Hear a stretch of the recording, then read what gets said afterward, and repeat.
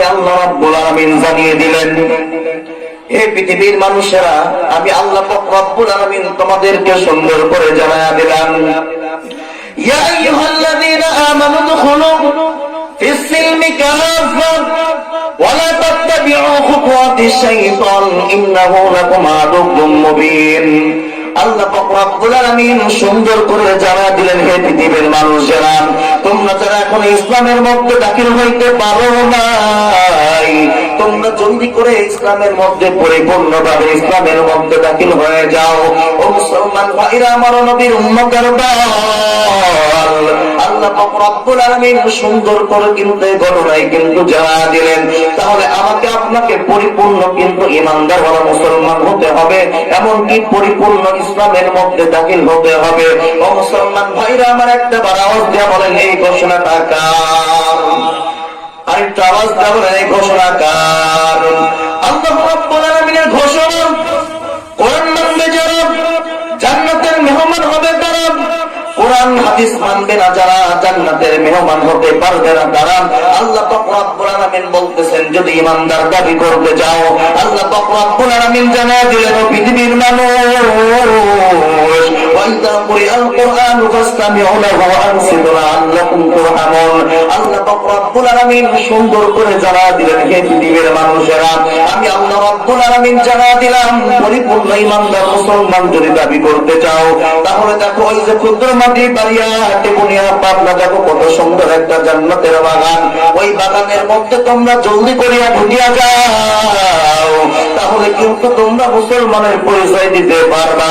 আর এই জান্নাতের মধ্যে ঢুকতে পারবে না যারা, জান্নাতের বাগানের মধ্যে ঢুকতে পারবে না যারা, আল্লাহ পাক রব্বুল আলামিন বলেন, পশ্চিম কালেও কিন্তু মুসলমান হতে পারবে না তারা। কথা বলেন, এই কথাটা কার? আরেকটা আওয়াজ দিয়ে বলতে হবে, মুসলমান, এই কথাটা কার? আল্লাহ রাব্বুল আলামিনের ঘোষণা।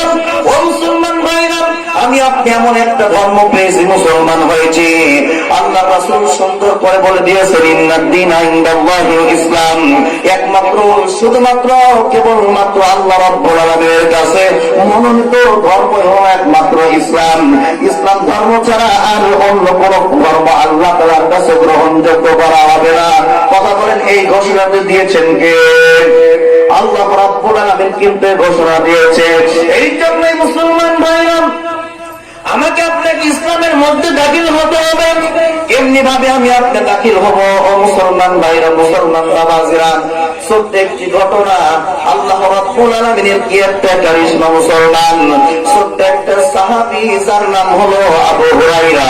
কথা বলেন, সাহাবীর নামটা কি? আরেকটু আওয়াজ দিয়ে বলেন, সাহাবীর নামটা কি? আবু হুরায়রা। এই সাহাবী কিন্তু বিড়ালের বাবা। কথা বলেন, কিসের বাবা? বিড়ালের বাবা। অনেকে আমরা এই জায়গায় বলতে লাগি, অনেকে অনেক সময় দেখা যায় যে আমরা অনেকে বলে ফেলি যে বিল্লালের বাবা, কিন্তু বিল্লালের বাবা নয়, হাদিসের মধ্যে আসছে বিড়ালের বাবা। তিনি বিড়াল খুব পছন্দ করতেন। দেখবেন আমাদের সমাজে অনেক মানুষ আছে বিড়ালটা পছন্দ করে। ঠিক তেমনি ভাবে আবু হুরায়রা, ইনি কিন্তু মুসলমান হন নাই। মুসলমান হওয়ার আগের কথা বলতেছে আপনাদের মাঝে। দেখেন, ইসলাম কাকে বলে আর মুসলমান কারা। ইসলাম ধর্মের মধ্যে যদি কোনো ব্যক্তি যদি দাখিল হয়, যদি মুসলমান দাবি করতে চায়, তাহলে তাদের জন্য করণীয় কি, এটাকে আপনারা শুনতে রাজি আছেন? কথা বলেন, রাজি আছেন তো? দেখেন, আবু হুরায়রা রাদিয়াল্লাহু তাআলা আনহু, এই সাহাবী প্রতিদিন বিশ্বনবীর দরবারে যান। বিড়ালের বাবা প্রতিদিন যায়, উনি যাচাই বাছাই করে যে ইসলাম জিনিসটা কি, এর মধ্যে ঢুকলে নাকি অনেক শান্তি, অনেক মুআজিজা, অনেক কিছু পাওয়া যায়।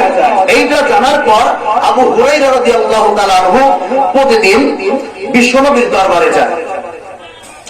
সম্মানিত মুসলমান ভাইরা, মুসলমান বাবাজিরা, আবু হুরায়রা রাদিয়াল্লাহু তাআলা আনহু মুসলমান, কিন্তু তিনি কিন্তু মুসলমান হন নাই রে ভাইরা আমার। তিনি বিশ্বনবীর দরবারে চলে যায়। একদিন, দুই দিন, তিন দিন, এমন যাইতে যাইতে কিন্তু যখন চলে গেল, ও মুসলমান ভাইরা আমার, নবীর উম্মতের দল দেখেন কেমনি ভাবে মুসলমান, আর দেখেন ইসলাম ধর্মটা কি।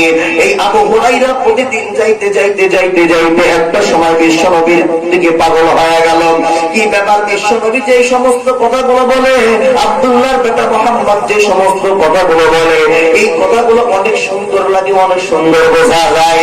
ও মুসলমান ভাইরা, নবীর উম্মতের দল যখন সুন্দর করে আবু হুরায়রা প্রতিদিন যাইতে যাইতে একটা দিন কিন্তু বিশ্বনবীর দরবারে যায়। সেই দিন কিন্তু বিশ্বনবীর দরবারে যাওয়ার পর ওর কিন্তু মনে হয় কি ব্যাপার, আমি এখন মুসলমান হয়ে যাব। এই কথা বলার পর বিশ্বনবীকে যাইয়ে বলে, আসসালামু আলাইকুম ইয়া রাসূলুল্লাহ, ইয়া হাবিবাল্লাহ, নবী গো, আপনাকে ওরা মহব্বত না করুক, আপনাকে বিধর্মীরা ভালো না বাসুক, আমিও তো একজন বিধর্মী, আমি কালিমা পড়ে মুসলমান হইতে চাই। আপনি যে সমস্ত কথাগুলো বলেন, এই সমস্ত কথাগুলো আমার অনেক ভালো লাগে। এই কথা বলার সঙ্গে সঙ্গে মুসলমান ভাইরা আমার, আমার আপনার নবী বিশ্বনবী, যিনি আমার আপনার জন্য সুপারিশ করবে হাসরের ময়দানে, এই আমার আপনার নবী বিশ্বনবী তখন এই আবু হুরায়রাকে মুসলমান বানায়া দিলেন। মুসলমান বানানোর পর বাবা জিরা আমার, যখন মুসলমান বানানো হয়, মুসলমান হওয়ার পর তখন তাকে কালিমা পড়া দিলেন।